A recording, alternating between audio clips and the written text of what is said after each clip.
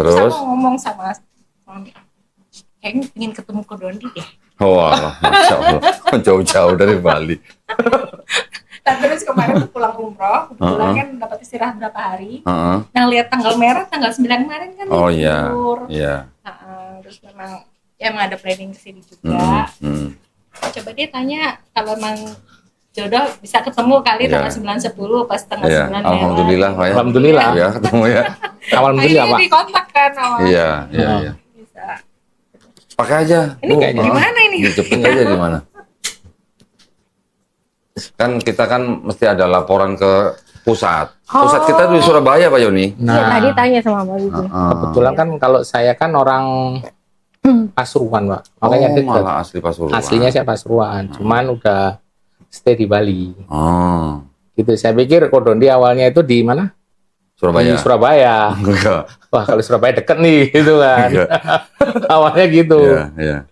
Oh, ternyata di Jakarta. Yayasan ini memang berdiri di Surabaya 2017. 2020 saya baru gabung, Pak. Oh, 2020 gabung. Saya memang dari SMA udah tinggal di Jakarta. Jadi waktu saya gabung ya kita per wilayah gitu. Jadi yayasan ini punya 8 wilayah, Pak. 8 wilayah. aja, Dari mulai Aceh sampai Sumatera Selatan wilayah 1. Kemudian Lampung sampai Jawa Barat wilayah 2. Jawa Tengah sampai Bali wilayah 3. Dan seterusnya Kalimantan ada 2, Sulawesi ada 2, NTT, NTB, Maluku sampai Papua.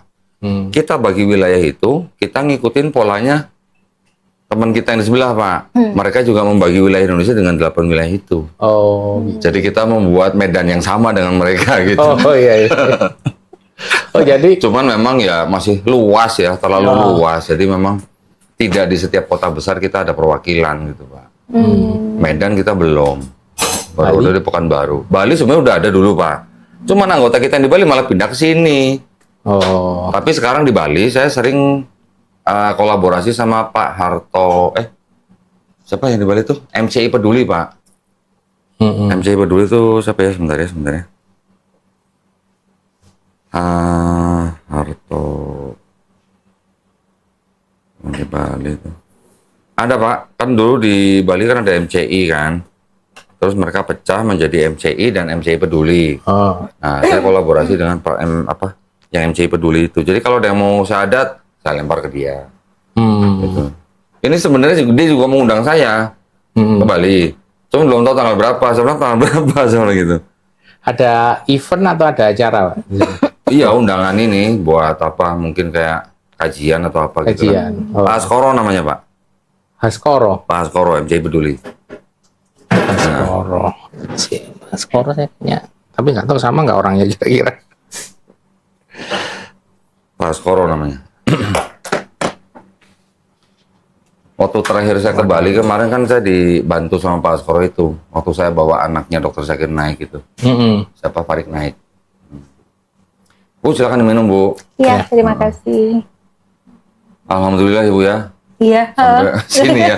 Alhamdulillah, Bu. Iya, berarti diizinin Allah Subhanahu wa taala. Iya. Berarti diizinin ketemu kok. Diizinin Kan saya ketemu. sempat nge-DM di itu. Di TikTok gitu. Saya kalau TikTok jarang buka, Pak Yoni. Tapi nggak tahu buka ya. Nah itu kadang-kadang jadi saya bukanya bisa seminggu sekali, kadang 2 minggu sekali. Ya udah mungkin kadang saya baca pesannya Pak Yoni. Iya, makanya itu. Saya jarang banget buka TikTok. Yang lebih saya buka YouTube kan pertama. Yang kedua Instagram. Instagram aja saya kalau buka cuma malam aja. Siang tuh jarang buka. Terbuka. Kalau udah tengah malam, udah agak senggang baru buka Instagram gitu. Iya. Kok pas gitu. Bisa berjodoh berarti. Iya.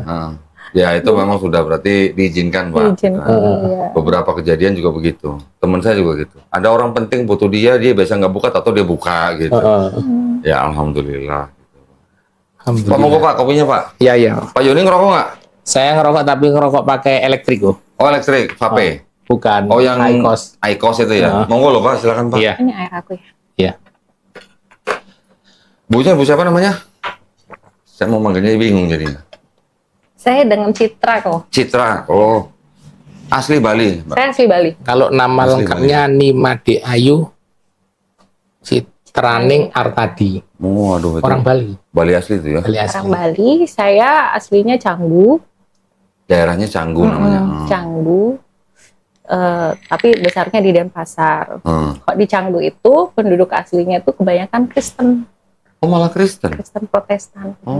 Canggu. Jadi Mbak. Sebagian besar Hampir 70% deh. Oh gitu Canggu ya. itu. Oh. dari nenek moyang udah Hmm. Kristen Canggu. Protestan banyak kan, Protestan banyak kan. Protestan Katolik ya hampir imbang lah. Canggu, Buduk, Padang Tawang, Legian kayak gitu itu banyak kan Kristen.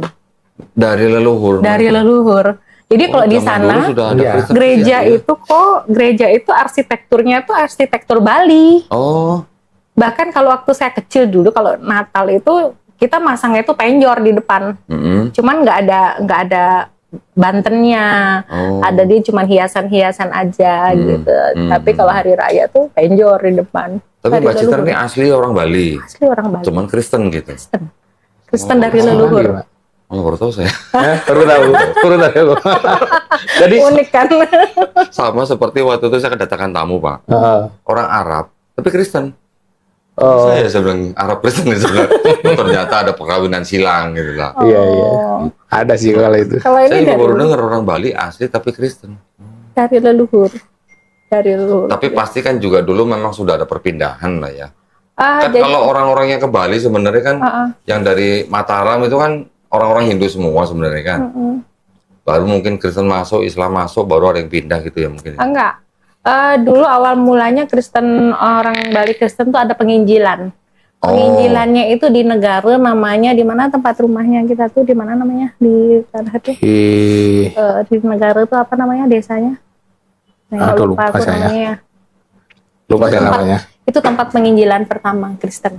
Jadi disitulah awal mulanya orang-orang Bali itu beragama Kristen. Oh. Di situ ada Gua Maria juga di situ.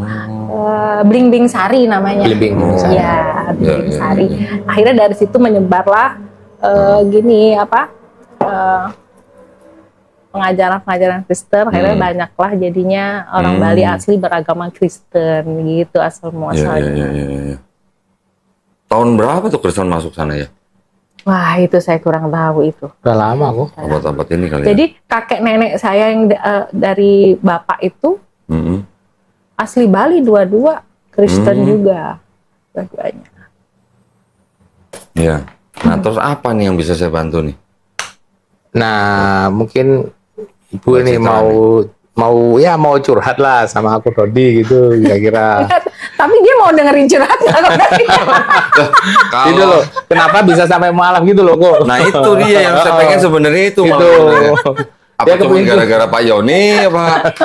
Nah, karena kan semua berspekulasi seperti itu. Gini kok. Saya kalau di Denpasar ya, kalau dibilang terkenal juga enggak, tapi kalau dibilang banyak yang tahu juga cukup banyak. Jadi kadang-kadang itu kehidupan pribadi saya itu jadi trending topik di antara Saat ini jadi trending topik. Oh gitu. Iya, Saat ini. itu. Karena saat ini. kemualafannya atau karena usahanya atau karena apa? Mualafannya. Kemualafannya. Semuanya, Oke. ya, gitu. Kalau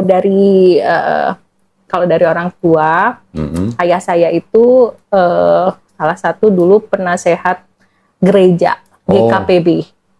Apa namanya? GKPB, Gereja Kristen Protestan Bali. Oke. Kalau Ya, di ya, Jawa kan GKJ tuh. Mm-mm. Nah, itu udah almarhum Bapak. Berarti kebaktiannya pakai bahasa Bali? Enggak, dulu bahasa Bali zaman dulu, tapi lama-lama berubah bahasa Indonesia, Indonesia. Oke. gitu. Sekarang bahasa Indonesia semua gitu. Itu terus itu kalau dari orang tua itu. Kalau dari segi usaha, mungkin saya tuh aktifnya di Kadin juga aktif, Kadin. ya. Ya. Di DPD RE juga saya aktif. Di kepengurusan IMI Ikatan Motor Indonesia di bawah Haji Krisna. Waduh, anak motor. Saya sekretaris, IMI saya Bali. sekretarisnya Masya Haji Allah. Krisna malah Sekretaris lagi gitu. di IMI. Iya. Jadi cukup Oh. apapun story tentang saya itu jadi Iya. jadi trending gitu. Di- Tahun berapa Mbak Citra? Untuk Bersyahadat- apanya nih? syahadatnya? Syahadat saya baru 4 bulan ya? Bulan Januari Baru tahun ini? tahun ini. Masya Allah, Alhamdulillah. Iya. Di Bali? Di Di Bali. Oke. Di tempat yang kecil, tapi saya ngerasa tuh seneng banget gitu. Di pantai terpencil gitu? Bukan, oh, di bukan. kampung. Oh, di kampung. Dipaksa sama Pak Yoni nggak Pak? Enggak. Dirayu nggak Pak? Oh, enggak juga. Nggak ada paksaan Pak ya? Nggak ada gitu ya? paksaan. Alhamdulillah. Ya, Terus? gitu. Jadi sekarang tuh emang jadi, karena waktu dari Januari sampai dengan sebelum umroh saya nggak pernah posting apapun. Tapi pas after umroh itu pas lebaran ya saya mulai posting-posting Jadi tentang orang pada kaget ya mungkin. saya tentang bulan Ramadan apa, tapi orang masih berpikir kalau Bu Citra kan memang orangnya biasa fleksibel gitu. Jadi saya pakai kerudung pun dipikir cuman buat menghormati atau apa gitu. Tapi ketika umroh kemarin, nah itu mereka udah mulai fix ini kayaknya dia udah berpindah nih. Iya, nggak mungkin orang pansos ke Mekah gitu ya. Iya.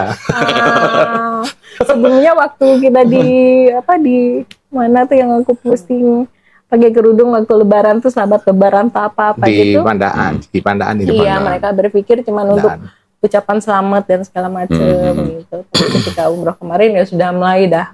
Ini fix nih Ibu, ini muslim ini sekarang. Terus gimana Bu? Jadi pada rame atau gimana? Ya, ada pro dan kontra sih. Ada kontranya juga. Itu tetap. Itu Dari terutama keluarga? kalau dari keluarga tidak, karena kan saya udah izin dulu. Oke. Kalau dari gereja yang masa kehilangan. Oke. Karena saya juga di gereja tuh cukup aktif. Maksudnya kehilangan apa Bu? Kehilangan perpuluhan atau gimana? Kehilangan domba gemuk. Salah satunya domba gemuk kok.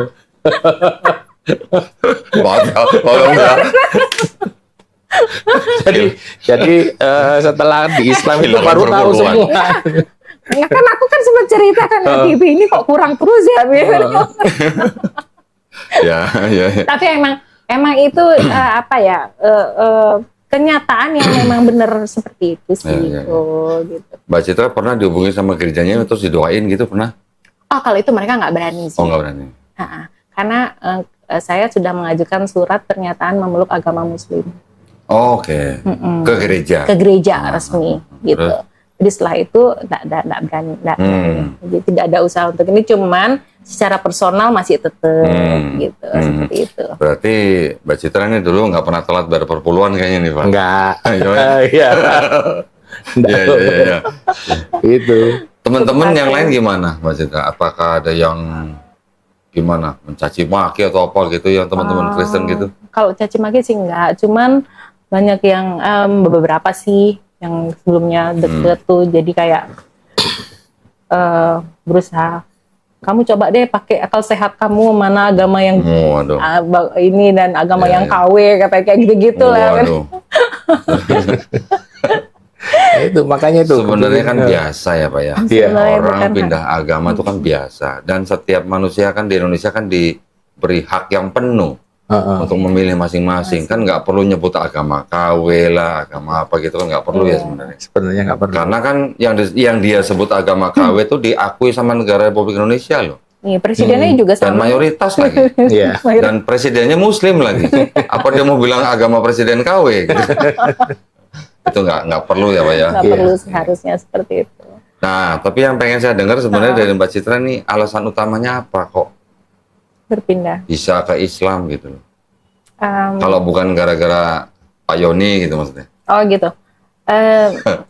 Mungkin kalau cerita mualaf saya mungkin tidak semenarik mualaf yang lain ya. Jangan salah ya. Cerita apapun ketika orang menjemput hidayah, walaupun mungkin kelihatan tidak menarik, tapi sebenarnya itu adalah kan hadiah. Iya, betul. Itu hadiah loh dari Allah Subhanahu wa Ta'ala. Benar saya sendiri. Jangan bilang nggak menarik loh. Kalau ceritanya nggak menarik, tapi harus sebetulnya sih lebih menarik. Itu tetap harus disyukuri. Iya, dari saya pribadi saya mensyukuri.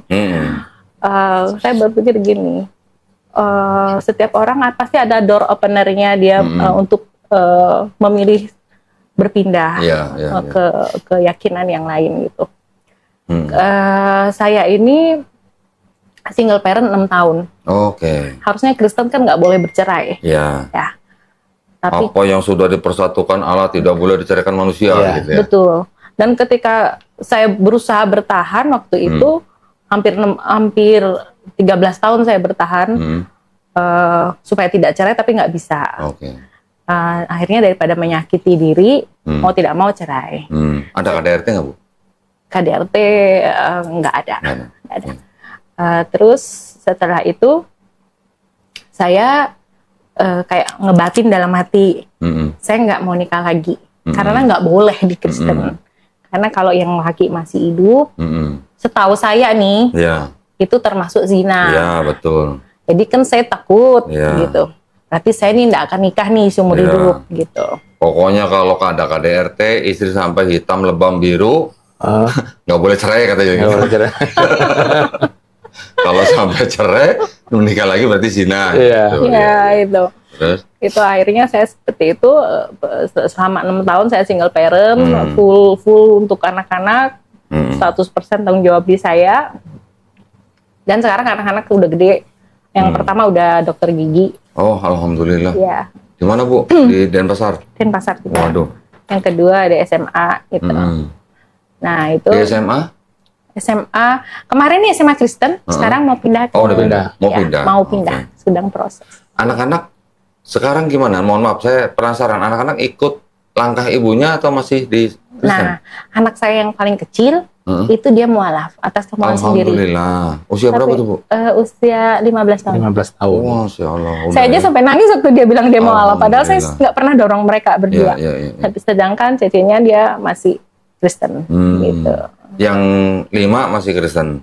Yang nomor 1. Nomor 1. Yang nomor 1. Yang 5-5-nya udah Muslim semua. Kok 52 anak Dua saya? anak. Tadi 6 tahun, sorry 6 saya pikir tahun. 6 anak. 6 6 tahun single tahun. parent, 2 Single parent. anak. Iya, 6 Oke, tahun Masya single Allah, parent, 2 anak, anak saya cewek-cewek gitu. Yang kecil sudah masuk Islam, Iya. kakaknya belum. Iya, jadi saya 6 tahun tuh fokus kerja aja, pengalihannya tuh pokoknya kalau nggak kerja komunitas mobil apa, jadi bener-bener ada Jadi padat kerjanya. Waduh, sampai saya tuh kelelahan kayaknya gitu. Heeh. Terus punya teman cerita juga terbatas kan gitu. Tapi apa namanya? Oh ya, saya sempat deket juga sama orang Kristen nih, tapi udah punya istri kok. Oh. Nah, saya pikir kan nggak bagus ya kayak gini gitu. Saya perlu teman cerita, tapi nggak apa namanya malah nggak bagus kayak gitu. Akhirnya saya stop. Nah, ini nyakitin orang, apalagi istrinya sakit kan, dia di Jakarta waktu itu. Saya nggak mau. Terus habis itu saya kembali lagi sendiri, nggak fokus ke sana. Cuman tidak dipungkiri sebagai manusia dan mungkin di masih usia 40 tahunan ini saya masih perlu teman cerita gitu. Nah, akhirnya saya ketemu sama Pak Yoni nih. Kebetulan dia nih teman saya nih dari 2018. Teman motor, bukan? Teman mobil. mobil. Teman mobil, tapi nggak tertarik dulu, biasa aja. Muslim gitu ya. Gak masuk hitungan gitu ya. Takut poligami. Oh, tahu kami. Beneran kok. Iya. Takut sekali gue. Memang Takut banyak, saya. memang masih banyak orang punya stigma begitu. Itu yang paling saya takutin kok, Terus? poligaminya itu. Nah itu. Terus akhirnya nggak tahu deket sama dia ngobrol apa-apa nyambung. Cuman saya berpikir ini kalau diseriusin kita nggak bisa nih dua agama. Saya cari-cari dulu. Saya sebelum melangkah untuk lebih serius deket sama Pak Yoni, kita kan udah dewasa nih. Apa-apa kan harus di planning, apalagi udah ada anak gitu kan. Saya dekat. Pak Yoni juga statusnya waktu itu cerai. Udah cerai, udah clear semua Anak dua-dua. berapa? Satu. Nah, yang membuat saya tertarik kan karena dia udah cerai nih, udah single. Kan kalau di Kristen kan jarang ya udah single, susah nyari kan gitu. Terus Adanya suami orang, ntar dosa Waduh. lagi kan gitu ya. enggak lah Mbak Citra lah, dunia nggak selebar daun kelor lah. Kok tapi dunia saya sempit Oh kok. gitu ya. Apalagi Bali lagi ya. Iya. Iya. Nah, itu ceritanya. Jadi wah ini dia clear nih single gitu, terus ngobrolnya nyambung ya. Istilahnya nggak terlalu banyak hambatan gitu. Tapi sebelum langkah lebih lanjut, saya mau cari tahu nih.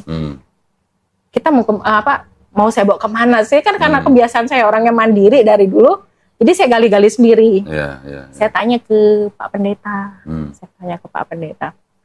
Akhirnya info kalau pernikahan kedua itu tidak diberkati di gereja, hanya peneguhan aja.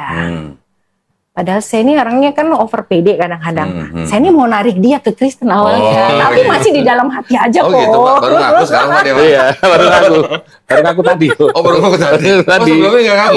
Nggak ngaku. Oh gitu, iya. Maunya dia saya tarik ke Kristen gitu. Apa kemarin teman saya bilang, kalau keceplosan tuh bahasa Sundanya apa ya? Keceletot apa gitu kan? Oh gitu, terus? Nah, saya waktu itu udah tanya-tanya, oh nggak diberkati ya, cuma diteguhkan gitu. Berarti nggak sah di mata Tuhan dong, menurut saya. Terus habis itu, karena Pak Pendeta tuh deket sama saya, dulu di organisasi gereja kok, status cerai hidup nggak boleh jadi pengurus di gereja, nggak boleh jadi majelis. Tapi ketika saya masuk, diubah aturan itu.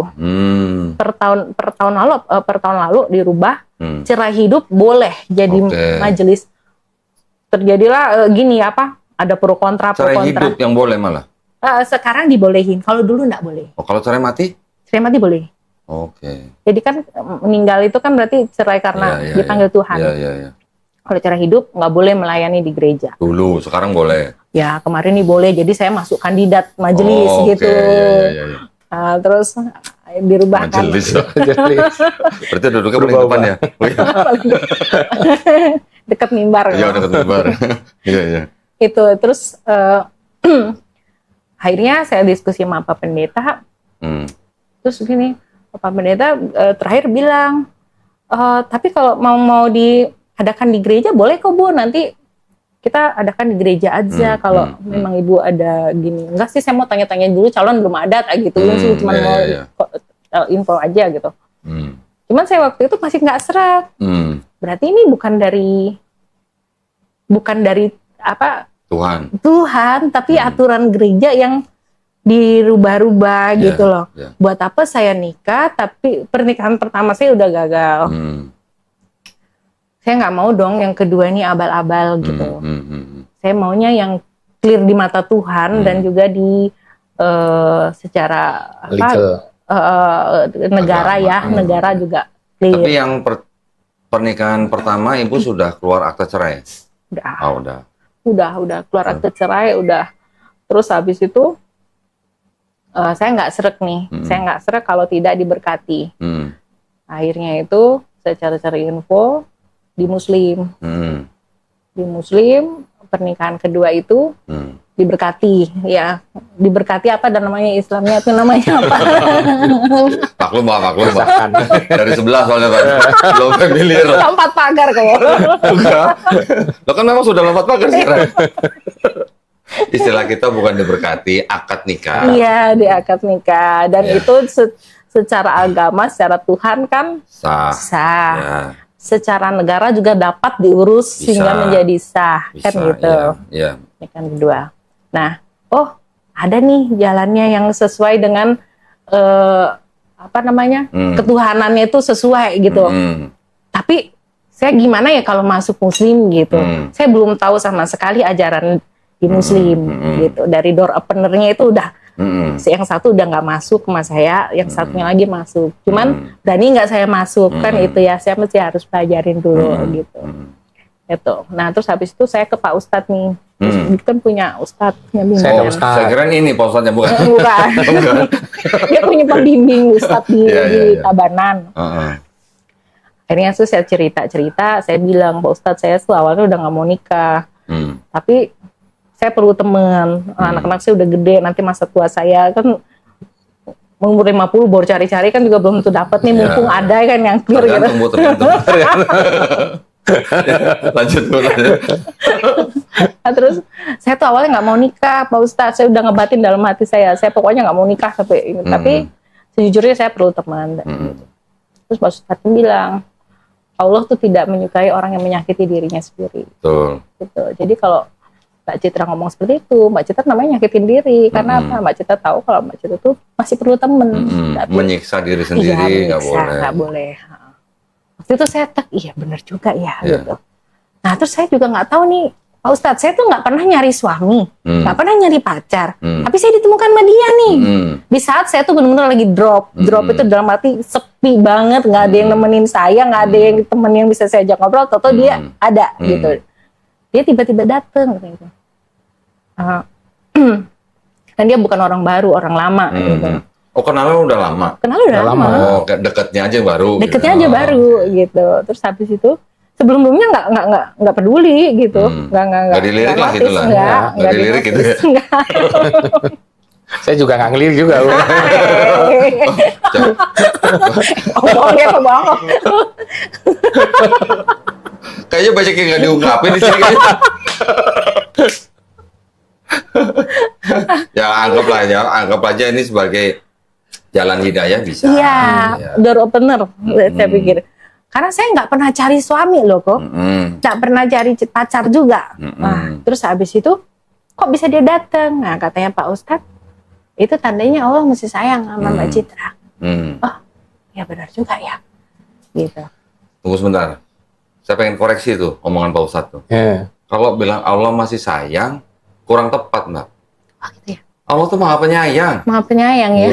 Setiap saat Allah menyayangi gitu. Iya, menyayangi. Cuman mengasihinya ntar dulu pilih-pilih gitu. Iya, Namanya juga mengasihi kan. Iya. Menyayangi kepada semua manusia. Mengasihi ntar dulu, yang mau beriman baru dikasihi gitu. Lanjut Mbak. Nah dari situ saya bisa nerima nih, masuk. Habis itu saya mau coba belajar. Pengen tahu, saya bilang sama dia, jangan paksa saya. Kalau saya nggak cocok, saya nggak mau. Iya dong. Karena saya orangnya mandiri banget. Iya. Siapa lu gitu?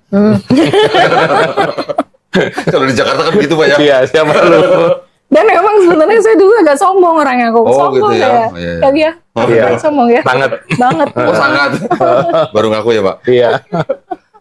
Jadi saya bilang jangan paksa aku. Pokoknya tidak boleh intervensi apapun. Biar aku cari tahu sendiri. Iya. Biar semua itu datang dari hati aku sendiri. Iya. Nah, yang bisa membolak-balikan hati manusia cuma Allah Mbak. iya. Iya. Saya percaya itu sekarang. Ya. Oh sekarang? Dulu enggak ya? Dulu belum tahu masalahnya. Belum tahu. Belum tahu kok.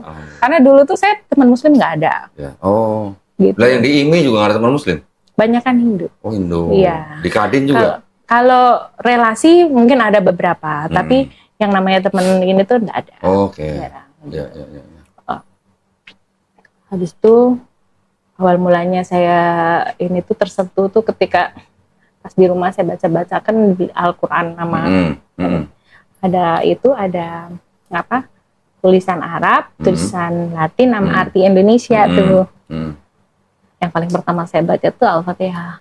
Masya Allah. Ya. Ih, saya nangis kok. Gitu ya? Baru baca pertama langsung saya nangis, tangan saya gemeter kok. Oh saya jadi merinding. Gemeter saya. Al-Fatihah tuh ya? Iya. Terus? Gemeter saya, langsung saya gini. Ini bener nih Allah tuh yang ini gitu. Ini bener Allah tuh yang Masya ini. Allah. Yang maha agung, maha mulia, maha esa. Yang bener tuh yang ini gitu. Saya nangis kok. Saya langsung minta ampun waktu itu. Saya salah selama ini karena sama perjalanan saya dari remaja sampai pemuda sampai saya menikah pun ada beberapa pertanyaan yang menurut saya itu mengganjal, tapi saya nggak tahu harus tanya kemana, dan buat saya buat apa sih nanya-nanya kayak begini. Kita juga saja, gitu. Saya juga nggak ada pilihan lain kan gitu, apalagi dari keluarga, apalagi bapak kan udah senior gereja segala macam, udahlah ikut aja gitu, yang penting masuk surga kan gitu. Surga yang mana Bu? Surga yang mana? Setelah baca Al-Fatihah Ibu Saya baca Al-Fatihah, saya tersentuh hatinya. Dari itu saya selama usia sekarang 44 tahun. Saya tidak pernah baca Alkitab tuh sampai habis. Belum habis. Terus? Tapi saya baru mualaf sekarang ini, saya sudah baca sampai yang ke-7. Apa 7? Juz ke-7? Iya. Oh Masya Allah. Dan saya lakukan tiap hari. Walaupun saya belum bisa ngaji saya baca. Dan itu keinginan dari hati untuk baca terus tiap hari. Saya biasanya habis saya sholat tahajud, saya baca sambil nunggu subuh, saya baca Al-Quran. Masya Allah. Bu, saya tambahin mau nggak? Apa tuh? Tipsnya. Setelah sholat subuh, Ibu baca sampai syuruk. Itu begini Bu pahalanya Bu. Sampai? Syuruk. Syuruk itu artinya setelah waktu sholat subuh habis. Kan subuh misalnya 4:30 kalau di sini ya. Itu kan nanti ada waktu sampai syuruk itu apa ya? Matahari Fajar. bersinar. Iya, matahari setinggi tombak gitu lah. Gitu. Itu kan di situ kan juga ada sholat syuruk namanya. Itu kalau ibu habis sholat subuh terus ibu baca sampai syuruk, wah itu pahalanya luar biasa bu.